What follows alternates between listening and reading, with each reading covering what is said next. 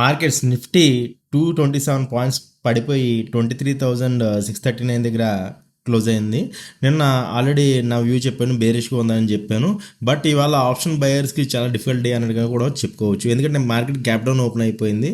Open అయిన తర్వాత almost 290 points gap down open అయిన తర్వాత మార్కెట్స్ అనేది ఆల్మోస్ట్ రికవర్ అయిపోయి ఇంకా రికవర్ అయిపోతుందన్న టైంకి మళ్ళీ వెనక్కి ఆల్మోస్ట్ -290 నుంచి -50 తీసుకొచ్చి మళ్ళీ డౌన్ చేసి -227 దగ్గర క్లోజ్ చేశాడు. సో వాలటిలిటీ ఎక్కువ ఉందన్నమాట. కొంచెంసేపు హై, కొంచెంసేపు డౌన్ ఇట్లా ఉంది.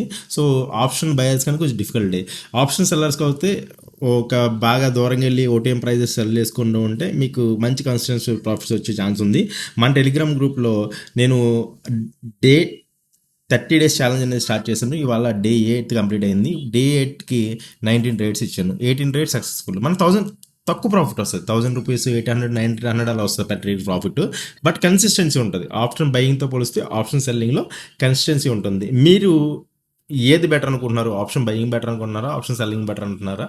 ఏదైతే బాగుంటుందని మీ ఒపీనియన్ అనేది కామెంట్ సెక్షన్లో కామెంట్ చేయండి.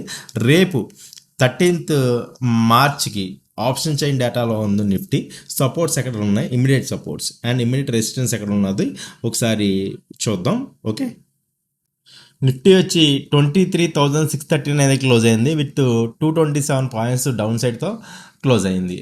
ఓకే, మనం చూసుకున్నట్టయితే నిఫ్టీ యొక్క 23,650 ఇది ఏటీఎం కింద యాక్ట్ చేస్తుంది.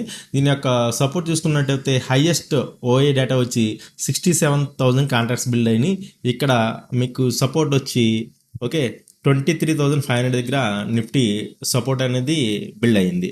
ఓకే, రెసిస్టెన్స్ చూసుకున్నట్టయితే హైయెస్ట్ ఓఏ కాంట్రాక్ట్స్ వచ్చి 24,000 దగ్గర ఉన్నాయి. ఇక్కడ హైయెస్ట్ ఓఏ కాంట్రాక్ట్స్ చూసుకున్నట్టయితే ఆల్మోస్ట్